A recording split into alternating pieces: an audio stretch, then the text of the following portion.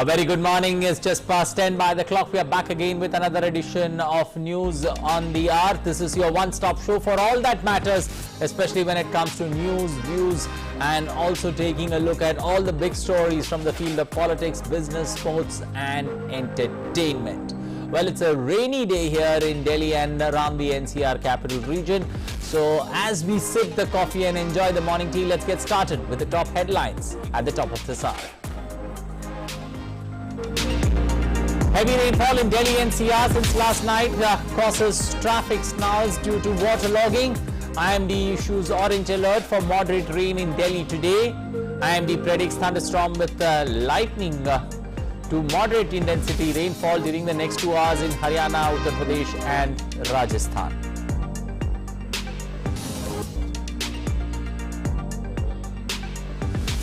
Successfully, security forces foil assessment and security forces in Avantipura encounter. 3 terrorists affiliated with proscribed terror outfit JeM gunned down in encounter. Search operations continue. Vaccine for children about 12 years becomes a reality as the indigenous vaccine developed by Zydus Cadila granted emergency approval. It is also the world's first DNA-based COVID vaccine. Prime Minister calls it a game changer.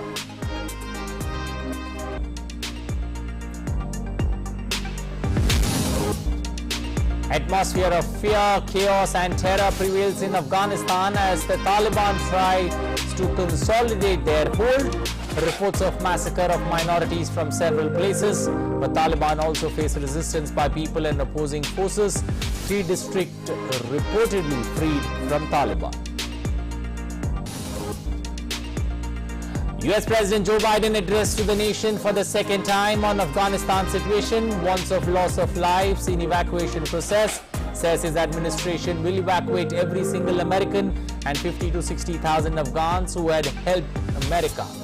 NATO foreign ministers warn Taliban against supporting terrorism and violation of human rights. 10-day-long Festival of Harvest Onam is being celebrated with traditional fervor and gaiety. President, Vice President, Prime Minister extend greetings to the nation.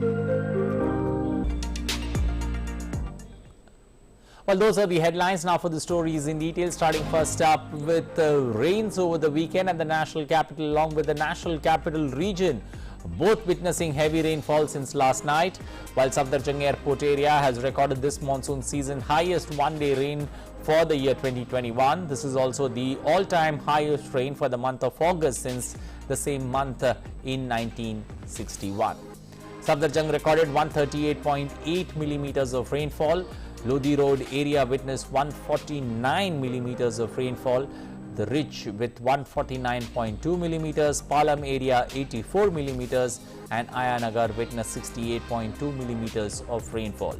The temperatures have come down, and the meteorological department, that's IMD, has issued an orange alert for today and also predicted that rain would continue to lash Delhi-NCR for the next 3 days. Several areas of Delhi, including ITO, Pragati Maidan and Azad Market, saw waterlogging. The traffic has been disrupted due to waterlogging at Minto Bridge in both the routes from Rajghat to Shantivan, on Dwarka Underpass and Bijwasan Flyover, Kashmiri Gate Metro Station Gate number 3 and Khyber Pass. The IMD has also predicted that thunderstorms with light to moderate intensity rain would occur over and adjoining areas of most places of Delhi-NCR, including Bahadurgarh, Faridabad, Ballabgarh, Loni Dehat, Hindan Station, Ghaziabad, Indrapuram, Noida, Greater Noida. IMD has also forecast moderate to heavy intensity rains during the next 2 hours in many parts of Haryana, Uttar Pradesh and Rajasthan. In Haryana, the districts include Kaital, Karnal, Rajaunt, Asant, Panipat, Gohana, Ganor, Sonipat, Narwana, Jind, Rohtak, Jajjar, Farrukhnagar, Sona, Palwal, Panipat, Karnal, Gohana, Koshli,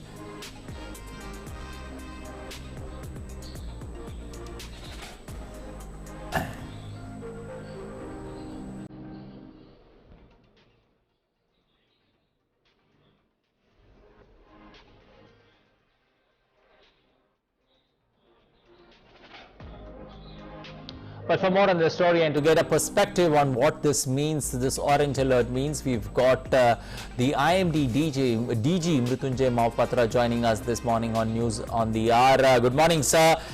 Take us through especially this, this weather that we are seeing, especially in the month of August. Take unexpected lines, because when one looks at the millimeters of rain recorded, it clocks back way back to 1961 when we've seen this kind of rain in the month of August.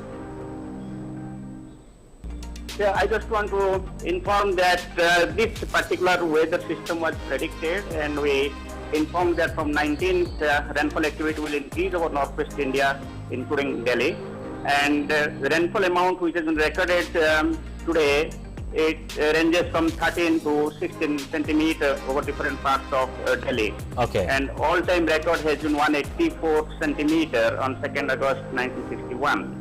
But if you compare recent periods in 2010, 20 August also similar rainfall activity occurred over Delhi. The point is that this rainfall activity has picked up last night and today early morning, and gradually it is decreasing. But still, as there is a cyclonic circulation to the south of Delhi, located over northeast Rajasthan, and monsoon trough is passing very close to Delhi to the south, we are expecting light to moderate rainfall activity to continue for today and tomorrow, and thereafter rainfall activity will decrease over Delhi and neighborhood. Okay. Northwest India will continue to get rainfall activity for next 5 days over different areas, including West UP, Haryana, Punjab, Uttarakhand, North Rajasthan. Okay, would you say that it's very much on expected lines, or would you say that it's an extreme event or an impact of the changing climate conditions that one sees, especially when one sees this kind of rain in the month of August?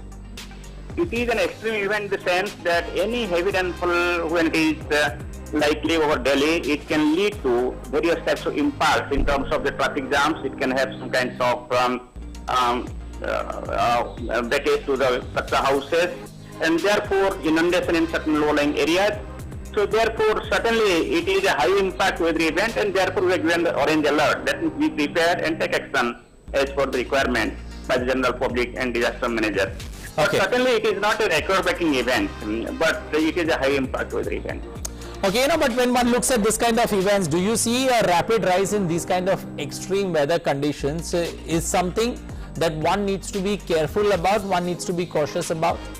Yes, you told correctly. If you look at the data for past 50 years, you will find that number of days with heavy rainfall activity is increasing in the country, and number of days with light rainfall is decreasing. For example, if you take this year, there was no such activity till 19th August, in the month of August, and one day you have got rainfall about 13 to 15 centimeters.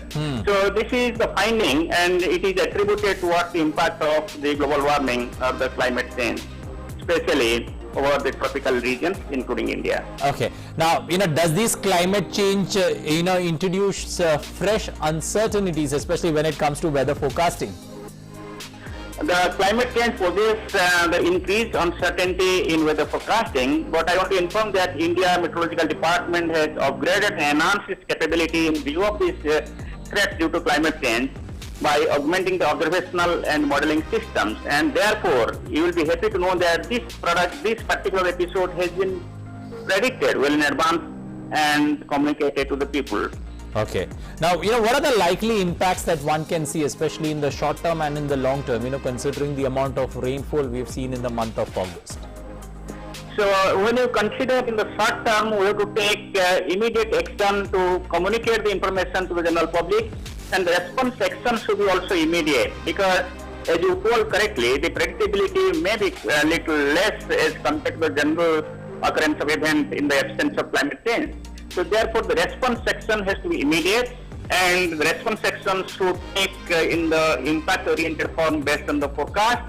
In the long term, we have to take into consideration that our planning and preparedness should be in such a way that our resilience to this impact of the increased frequency of heavy rainfall events in view of the climate change is addressed. Okay. Now there is also an orange alert that's been issued. Till when does this orange alert or the threat of orange alert, exist? Is it for 24 hours that follow, or is it beyond? it is for 24 hours only. For today only it is the orange alert. From tomorrow the intensity of rainfall will be quite decreasing, and we can expect only light rainfall. Okay. Does this also extend not only to Delhi but also to the neighboring states of Rajasthan, Haryana and Uttar Pradesh? Yeah, this orange rainfall, alert I told with respect to Delhi, but the rainfall activity will continue over the Haryana, West UP or UP, Uttarakhand for next 4 to 5 days. Okay, now looking at the way this particular rain has come about, you mentioned about the upgradation when it comes to technology that's been done, but purely from a farmer's perspective, how does this particular rain impact the farmer there? Yeah, whenever you have got a high amount of rainfall with a limited period of time, this rainfall goes as a runoff. It cannot be saved easily. And also because of this heavy downpour, it erodes the upper level of the soil, and hence the fertility also decreases. And third point is that the percolation will be less, and therefore the groundwater recharge also less. So therefore the irrigation, which depends upon the groundwater, will be affected over the year. The reserve of the groundwater is also decreasing. So therefore we have to go for some kind of harvesting method so that we can harvest this heavy rainfall which is occurring in a certain period of time, so that it can be utilized afterwards. Now, when one looks at the monsoon throw, how's the monsoon throw? Is it very much on track, or do you somewhere feel some kind of disturbance? Monsoon was quite okay in the month of June and July, but in the month of August, from 1 to 15 August, monsoon was deficient for the country as a whole.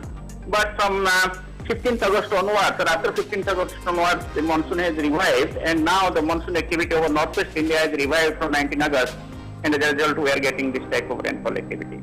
Okay, we'll leave it there. Thank you and appreciate you joining us this morning, giving us an insight especially into that orange alert, also giving us an insight into why we are seeing this kind of extreme weather conditions in especially Delhi and the national capital region.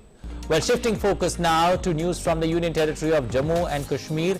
In an encounter with security forces, 3 unidentified terrorists were gunned down after an encounter started in the upper reaches of a forested area in Nagwer and Tral in South Kashmir's Pulwama district. According to Jammu and Kashmir police, they were affiliated with proscribed terror outfit JeM. Search operation is currently underway.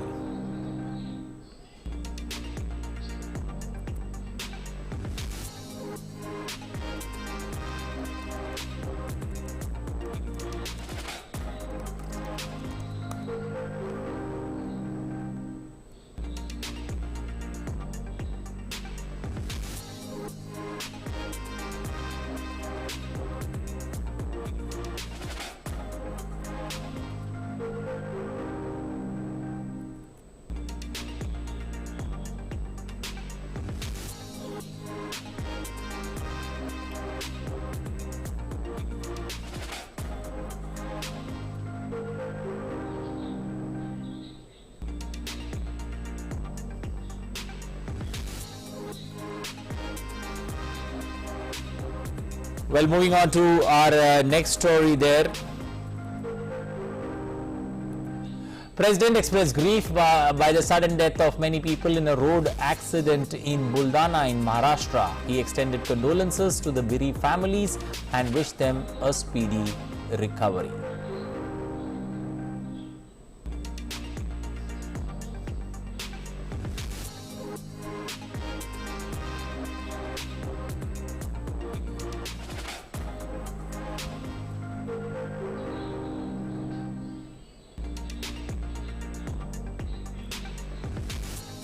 Prime Minister Narendra Modi has expressed grief at the loss of lives due to a road accident in Buldana district of Maharashtra. In a tweet, he said, anguished by the loss of lives due to an accident in Buldana district, condolences to the bereaved families, may the injured recover soon. An ex gratia of 2 lakh each from the Prime Minister's National Relief Fund could be given to the next of kin of the deceased. 50,000 rupees would be given to the injured.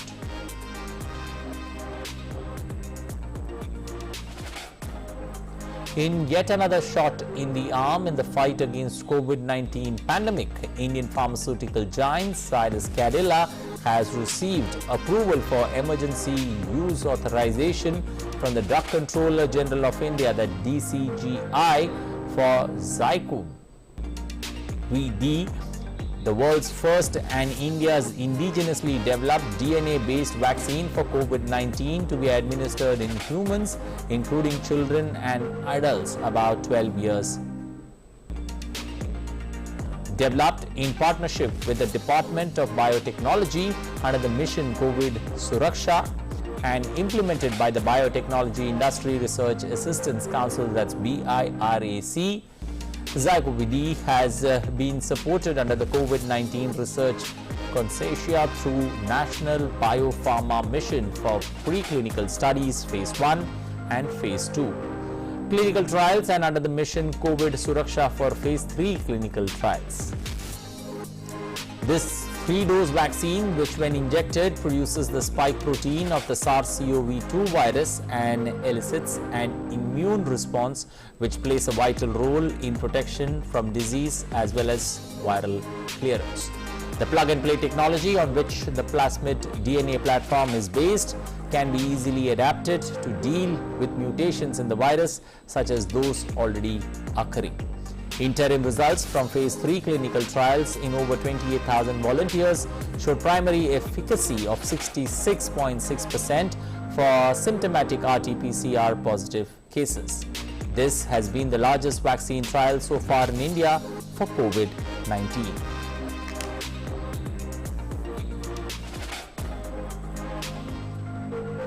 Prime Minister Narendra Modi has hailed the innovative zeal of India's scientists after the approval of the world's first DNA-based ZyCoV vaccine. Prime Minister Modi in a tweet said that India is fighting COVID-19 with full vigor. The approval for the world's first DNA-based vaccine of Zydus Universe is a testimony to the innovative zeal of India's scientists. A momentous feat indeed.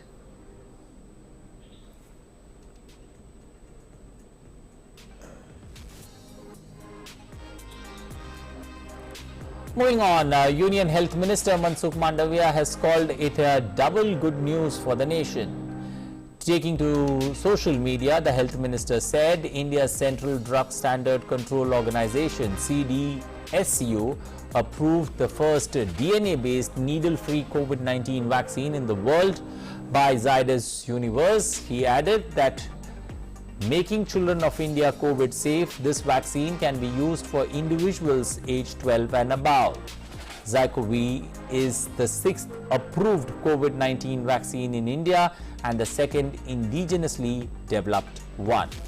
Prime Minister Narendra Modi's vision of Atmanirbhar Bharat and Make in India has delivered another significant accomplishment.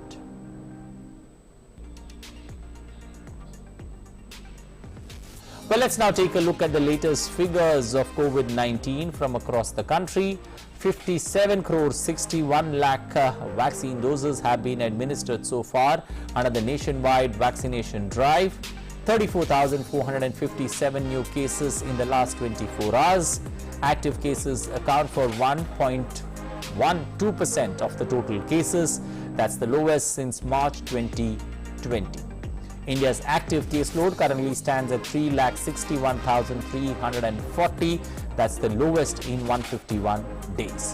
The recovery rate in India has currently increased to 97.54%. That's the highest since March 2020. 36,347 recoveries in the last 24 hours increases the total recoveries in India to 3,15,97,982. Weekly positivity rate currently is 1.98%, which is less than 3% for the last 57 days.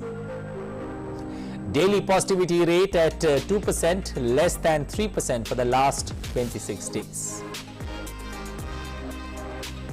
50 crore 45 lakh total tests being conducted in India so far. Well, moving to Uttar Pradesh, where the state government has decided to lift the weekend lockdown on Sundays following a decline in the number of fresh cases of COVID-19. However, the weekly curb in markets will remain in place. The Saturday lockdown in the state has already been lifted last week. Shopkeepers and customers will have to strictly adhere to COVID-appropriate behavior.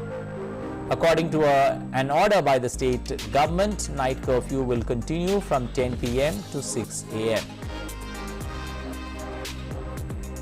Meanwhile, 15 districts in the state have become COVID infection-free, reporting not even a single case of the disease.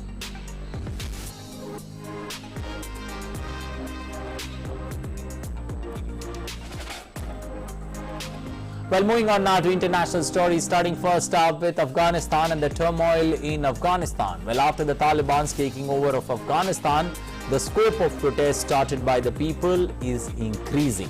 According to Afghan news agencies, 3 districts or 3 provinces have been liberated from Taliban control under the leadership of the anti-Taliban commander Abdul Hamid. Videos released by Afghanistan's biggest news agency PASVAC also showed locals raising slogans of joy by hoisting the national flag after the district's liberation of 3 districts. On the other hand, an atmosphere of panic, chaos and fear continues as the Taliban try to consolidate their control over the country.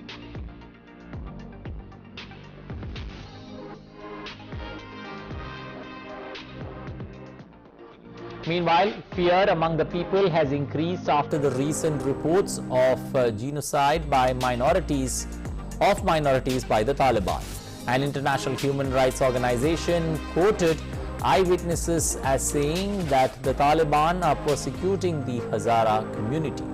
The Taliban killed 9,000 people brutally in a village after capturing Ghazni province. Well, Afghan evacuees have been transiting through the American air base in Germany as the US steps up its evacuation efforts from Afghanistan.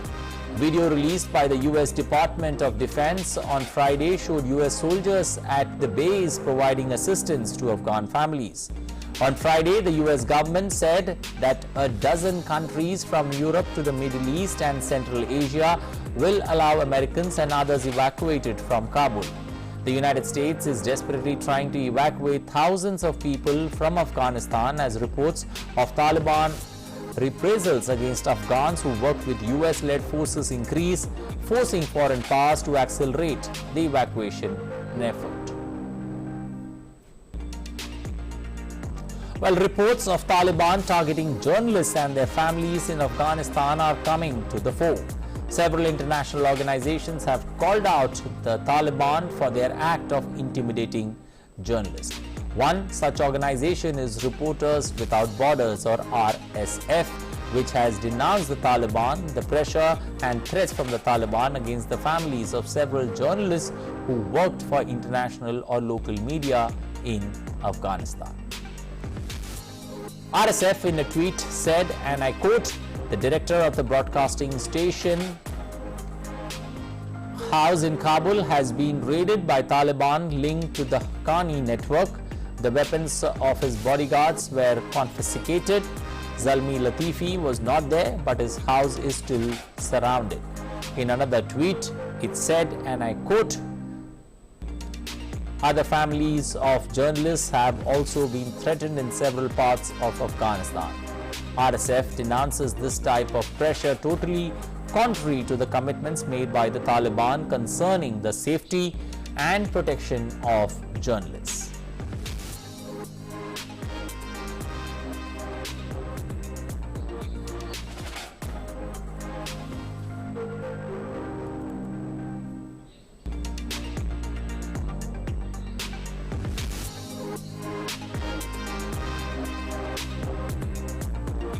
NATO foreign ministers discussed Afghanistan and continue to coordinate on evacuation of people from there. NATO Secretary General Jens Stoltenberg held a press conference following the meeting. The ministers agreed that whatever happened in Afghanistan, it should not undermine our ability to protect NATO-allied countries and NATO-allied territories.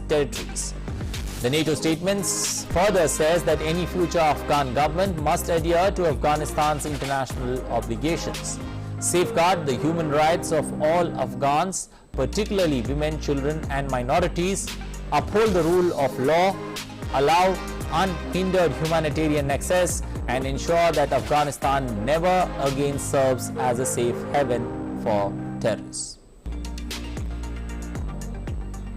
The Taliban, they in Kabul, in Afghanistan, they need to live up to their international commitments to not harbor, support international terrorist organizations like Al-Qaeda, ISIS, to respect human rights, including the rights of women, and also to give free passage to people so they can leave the country.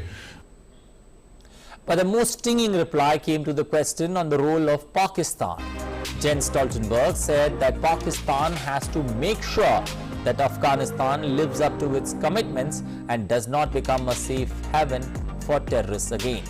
He added that a stable Afghanistan is in the interests of all countries. When it comes to Pakistan, I think that Pakistan has a special responsibility, partly because Pakistan is a neighbor of Afghanistan and partly because of Pakistan's close relationship to Taliban. I think Pakistan has a special responsibility to make sure that Afghanistan live up to its international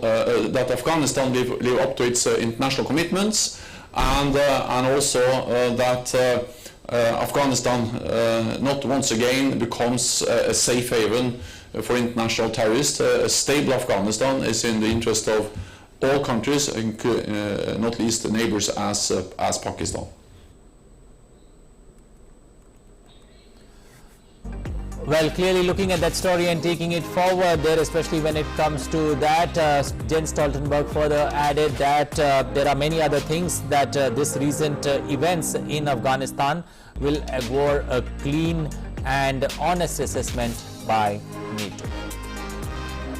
We should now have a very honest and clear-eyed assessment of what went wrong, but also what we achieved. And I will initiate that as soon as possible. Exactly how that will be done, I have to come back to that, but it was broad support from allies to the idea of an assessment of the engagement, to learn lessons and to mitigate and learn, so we draw the right lessons from the engagement in Afghanistan. And I have a humble approach, because when we see the challenges, the crisis we are faced with in Afghanistan, of course there are some serious lessons to be learned after 2 decades in Afghanistan for NATO. Well, staying with that story, US President Joe Biden said that the United States is committed to evacuating all Afghans who assisted the war effort. Addressing White House news conference, Joe Biden said that US has already evacuated more than 18,000 people since July and approximately 13,000 people from Kabul since military airlift began on August 14th. He added that this evacuation mission is dangerous, it involves risk to armed forces and is being conducted under difficult circumstances. He said that this is one of the largest and most difficult airlifts in history. This is one of the largest, most difficult airlifts in history, and the only country in the world capable of projecting this much power on the far side of the world with this degree of precision is the United States of America. We've already evacuated more than 18,000 people since July and approximately 13,000 since our military airlift began on August the 14th. Thousands more have been evacuated on private charter flights facilitated by the U.S. government. These numbers include American citizens and permanent residents, as well as their families. It includes SIV applicants and their families, those Afghans who have worked alongside us, served alongside of us, gone into combat with us, and provided invaluable assistance to us, such as translators and interpreters. The United States stands by its commitment that we've made to these people. and includes other vulnerable Afghans, such as women leaders and journalists. Well, Biden also said that U.S. secured the airports. He added that neighboring flights have also resumed. He further went on to say that U.S. has almost 6,000 troops on the ground, providing runway security, and to the mountain division standing guard around the airport. Since I spoke to you on Monday, we've made significant progress. We've secured the airport, enabling flights to resume. Not just military flights, but civilian charters and from other countries, and the NGOs taking out civilians and vulnerable Afghanis. And now we have almost 6,000 troops on the ground, including the 82nd Airborne, providing runway security, the Army 10th Mountain Division standing guard around the airport, and the 24th Marine Expeditionary Unit assisting the civilian departure. The U.S. President also said that the G7 meet will be held next week to coordinate approach towards Afghanistan. Joe Biden also said that NATO allies are strongly standing with USA in counter-terrorism efforts to ensure that Afghanistan is not used as a terrorist base for attacks on US or its allies. We're going to retain a laser focus on our counterterrorism mission, working in close coordination with our allies and our partners, and all those who have an interest in ensuring stability in the region. Secretary Blinken is with me today, met this morning with our NATO allies in consultation about the way forward, so that Afghanistan cannot be used in the future as a terrorist base to attack the United States or our ally. Well, United Kingdom Prime Minister Boris Johnson said on Friday that Britain would work with the Taliban if necessary after the militants' capture of Afghanistan. He defended his foreign minister, who has come under fire for his handling of the situation. Boris Johnson said he wanted to assure people that their political and diplomatic efforts to find a solution for Afghanistan, working with the Taliban, of course, if necessary, would go on.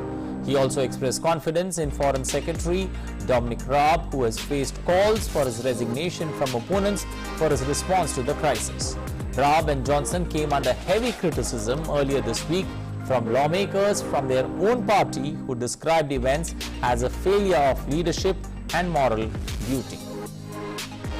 What I want to assure people is that our political and diplomatic efforts to find a solution for Afghanistan, working with the Taliban, of course, if necessary, will go on, and our commitment to Afghanistan is lasting. Well, Russia's ambassador to Afghanistan praised the conduct of the Taliban on Friday in the days since its takeover, saying there was no alternative to the hardline Islamic group and resistance to it would fail. The comments by Ambassador Dmitry Zhirnov reflects efforts by Russia to deepen already well-established ties with the Taliban, while stopping short for now of recognizing them as the legitimate rulers of a country. Moscow tried and failed to control before the Soviet Union withdrew its last forces in 1989. Russia wants to ensure that the instability in Afghanistan does not spill over into Central Asia, part of the former Soviet Union it regards as its own backyard, and that the region does not become a launchpad for other extreme Islamist groups. Что касается каких-то... We did not take side, and we are not taking sides now. We just tell the facts. The regime has eaten itself. It is a fact, and everyone here spitted on it and waved goodbye to President Ghani, or didn't even bother to wave to President Ghani. It is also a fact. It's not a Russia's position. It is a factual stance of the people of Afghanistan, including the population of the city.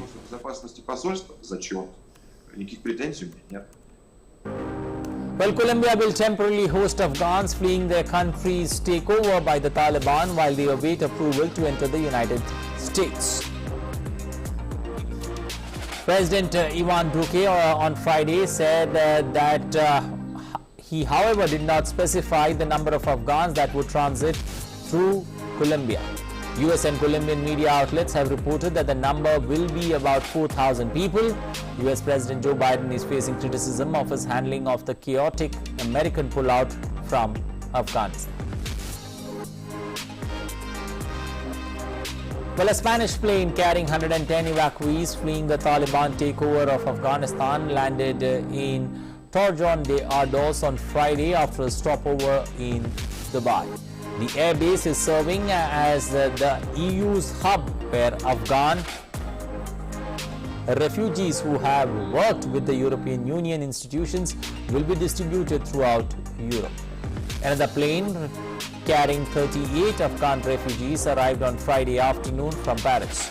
The captain of Afghanistan basketball wheelchair team, Niloufar Bayat, along with her husband Ramesh, were among the rescued refugees.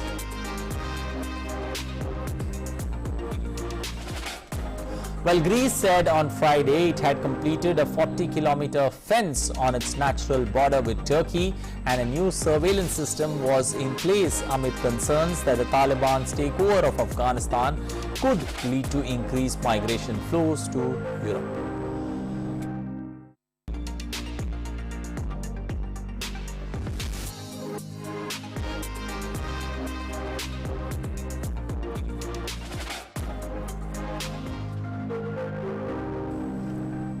The conflict in Afghanistan has fueled fears in Europe of a repeat of the 2015 refugee crisis, when nearly 1 million people fleeing conflicts in the Middle East and beyond crossed to Greece from Turkey before continuing to other EU states. Greece, on the front line of that crisis, had said its border forces are on alert to make sure it does not become Europe's gateway again. EU border agency Frontex is assisting Greece along with its land and sea borders, currently testing an Aerostat surveillance aircraft balloon in Evros along with other new technologies to detect migrants.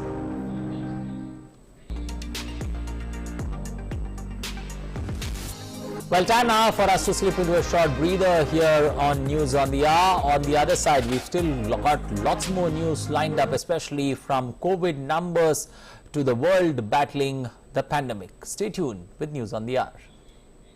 नमस्ते land मरहबन इलल Hind India सलाम India नमस्ते India नमस्कार Bharat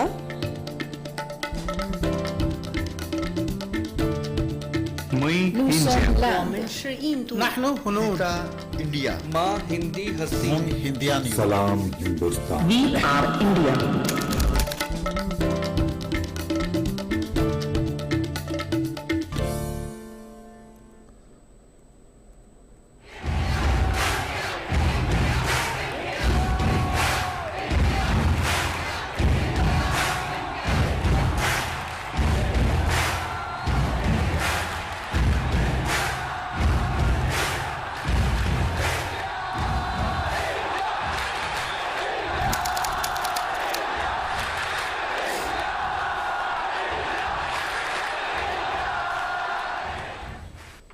Your window to rising India.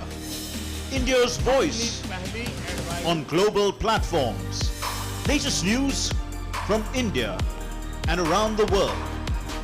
In-depth analysis of global headlines. Watch DD India in your country. Available for downlink in all Southeast Asian countries. STTV broadcast is available through the satellite GSAT 17 at 93.5 degrees east.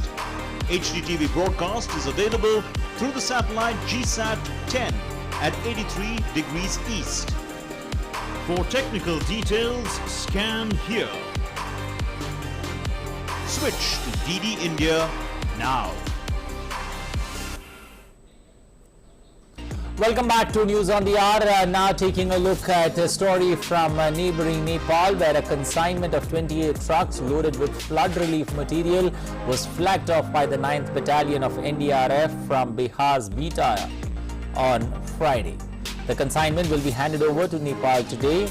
This relief material was sent to Nepal under the banner of India-Nepal Cooperation.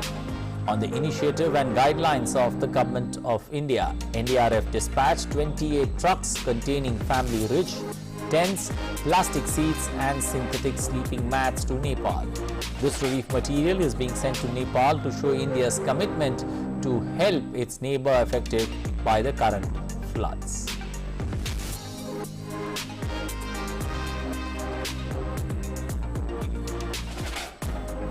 While Onam, the harvest festival of Kerala, is being celebrated today as per the solar calendar followed by Malayalis, Onam falls on the day of Nakshatra Tiruvonam in the month of Chingam. The pious festival celebrates the appearance of Lord Vishnu's avatar, Vamana, and the subsequent homecoming of Emperor Mahabali. This year, the celebrations may not be as grand due to the ongoing pandemic situation. In such times, virtual greetings and video conferencing are the best ways to exchange best wishes for the day. President Ramnath Kovind has sent his greetings to all the fellow citizens on the festival of Onam. In a message, the President said, and I quote, "Onam greetings to all our fellow citizens. This festival is a celebration of the new harvest. It highlights the tireless work of farmers. It is an occasion to express gratitude to Mother Nature. I wish progress and prosperity for all fellow citizens." Vice President extended greetings to the people of Kerala. In a tweet, he said, and I quote, "It marks the beginning of harvest season in various parts of our country. Onam also honors the memory of great King Mahabali of Kerala, who is celebrated for his nobility and generosity. May the vibrant festival bring in peace, prosperity, happiness for all."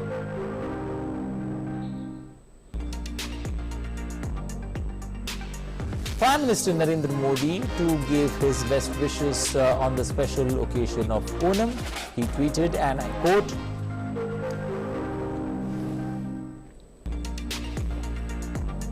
"Onam is a festival associated with positivity, vibrancy, brotherhood and harmony." He also prayed for everyone's good health and well-being.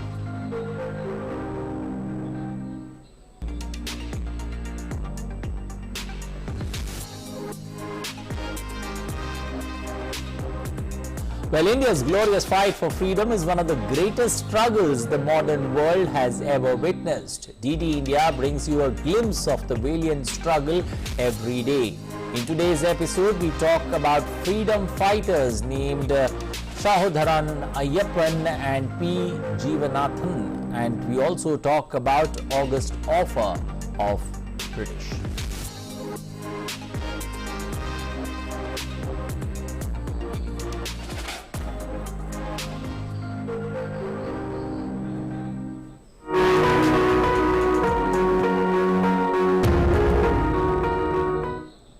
Today is the birth anniversary of Sahodharan Ayyappan, a social reformer and thinker from Kerala. Ayyappan was born on 21st of August 1889 in Chennai, Ernakulam. Influenced by the philosophy of Sri Narayana Guru, Ayyappan became his disciple.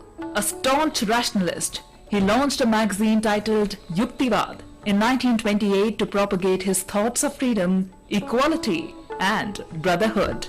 What can be called a milestone in Kerala's Renaissance movement is the Mishra Bhojanam, in which people of all castes had dinner together.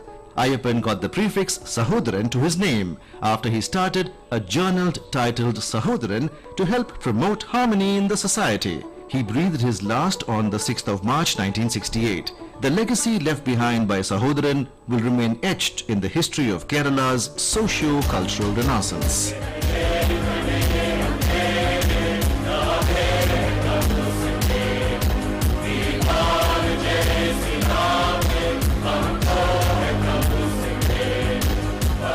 Today is also the birth anniversary of another great son of India, P. Jeevanandam.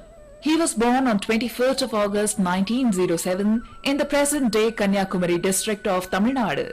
He was not only a freedom fighter and a socio-political leader, but was also a cultural theoretician, excellent orator, journalist and critic, and above all, a relentless fighter for the deprived.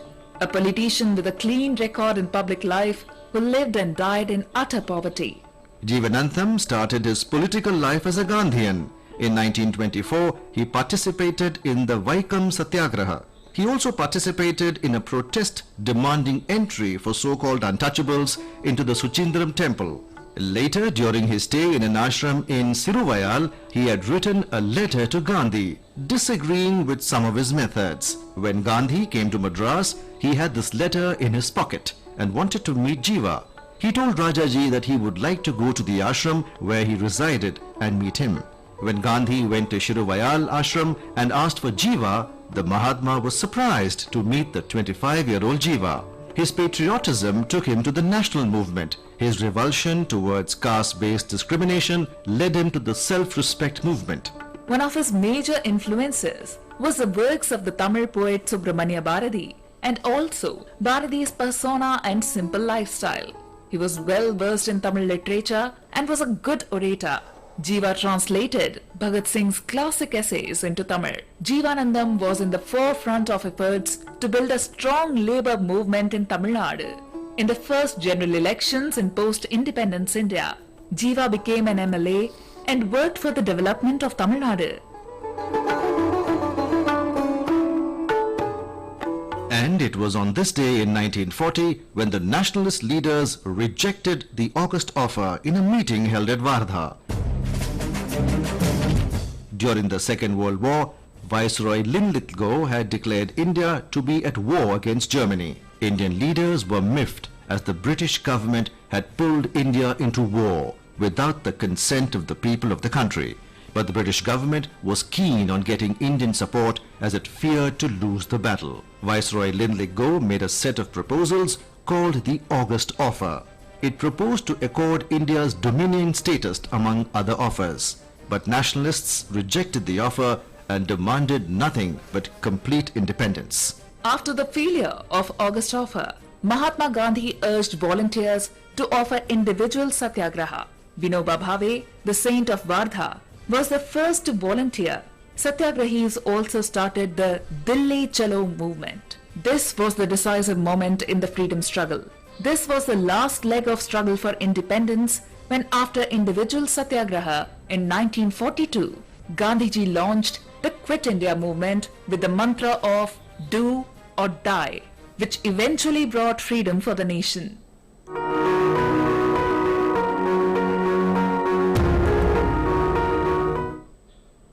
Well, taking a look at that particular story, it's time now to shift focus and take a look at COVID numbers from across the world on how the world is coping with the pandemic.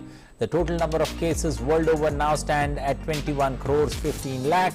Total recoveries, the positive number that one looks at when you see that board, 18 crore 93 lakh people recovering from coronavirus. Total fatalities across the world, 44 lakh 28,000 people losing their lives. The United States continues to be the worst affected with the pandemic, both in terms of infections as well as fatalities. In terms of infections, the caseload in United States stands at over 3 crore 83 lakh. The death toll in the country now surpassing 6 lakh 44,000. Well, Sri Lanka has announced a 10-day lockdown as COVID-19 pandemic ravages across the country. Several restrictions were already in place with schools, gyms and swimming pools closed and weddings and musical shows banned. Authorities have also imposed a night curfew from Monday, restricting movement from 10 p.m. until 4 a.m. every day. Hospitals in the country of 32 million people are overflowing with COVID-19 patients as the highly transmissible Delta variant surges through the population. Sri Lanka has recorded over 37,69,000 cases of COVID-19 with more than 6,700 fatalities. Well, Israel has extended the third booster shot of Pfizer-BioNTech COVID-19 vaccine for teachers and people above the age of 40 years. More than 1 million of Israel's 9.3 million population has since received the third shot, which an Israeli healthcare provider said was 86% effective in preventing infection. Israel has registered more than 9,78,000 cases of COVID-19 with over 6,700 fatalities so far. Well, South Africans queued up outside COVID-19 vaccination centers to receive their jabs. The government offers vaccine to all adults, targeting to provide 3 lakh vaccine doses per day. The country has witnessed 3 coronavirus waves, seeing more than 26,66,000 cases of the disease. South Africa has lost over 78,000 lives to COVID-19 so far.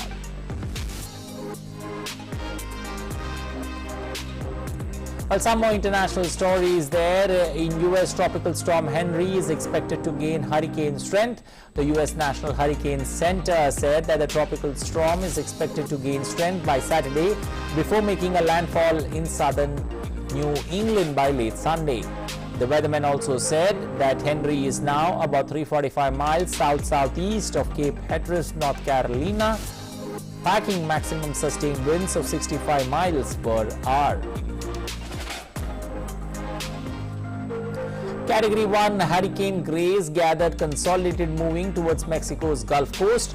The hurricane threatens to lash the oil-producing state of Veracruz and central Mexico with strong winds and heavy rains. Current forecasts show Grace expected to hit Veracruz well to the north of the city. The National Hurricane Center forecasted Grace to weaken rapidly as it dissipates over land during the weekend.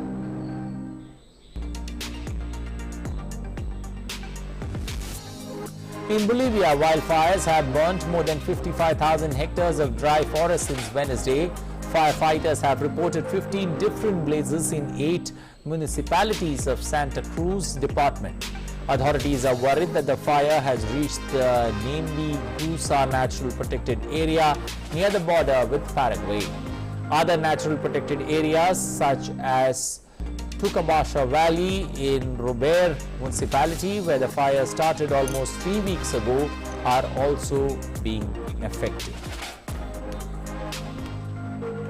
On sports, after winning hearts at Tokyo Olympics, the duo of Satyan and Manika have clinched the mixed doubles crown at the World Table Tennis Contender in Budapest with a 11-9, 9-11, 12-10, 11-6 win over Nandor and Dora of Hungary on Friday.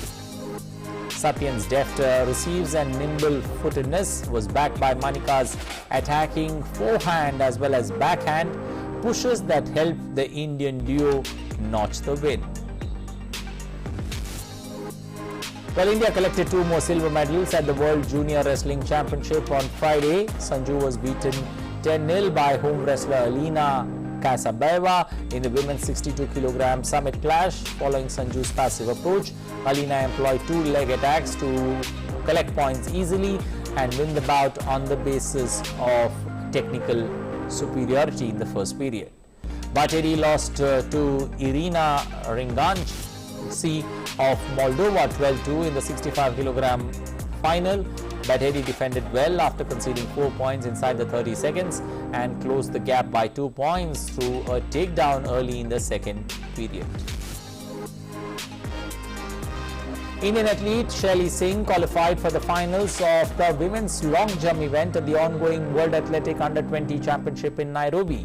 Shelly jumped 6.40 in the third attempt to register a best show in the event to qualify for the finals in Group B. Shelly had recorded jumps of 6.34 and 5.98 meters respectively. The automatic qualification mark was 6.35 meters.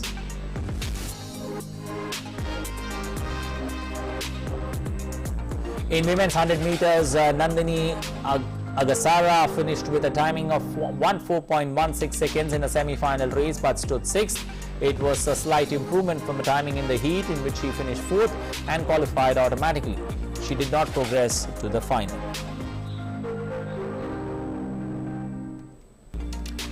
India's Ajay Raj finished 5th in the final of the men's javelin throw. Ajay was briefly in the medals position when he sent the javelin to a distance of 73.68 meters with his 4th attempt. His personal best was 74.75 and that would have put him in the top 3, but he could not improve his best throw with the 5th and 6th attempt and finally settled for the 5th position. In the same event, JeM finished 6th in the final. JeM also made the cut to the top 8 and improved his position to 6th with a throw of 70.74 meters in his final attempt.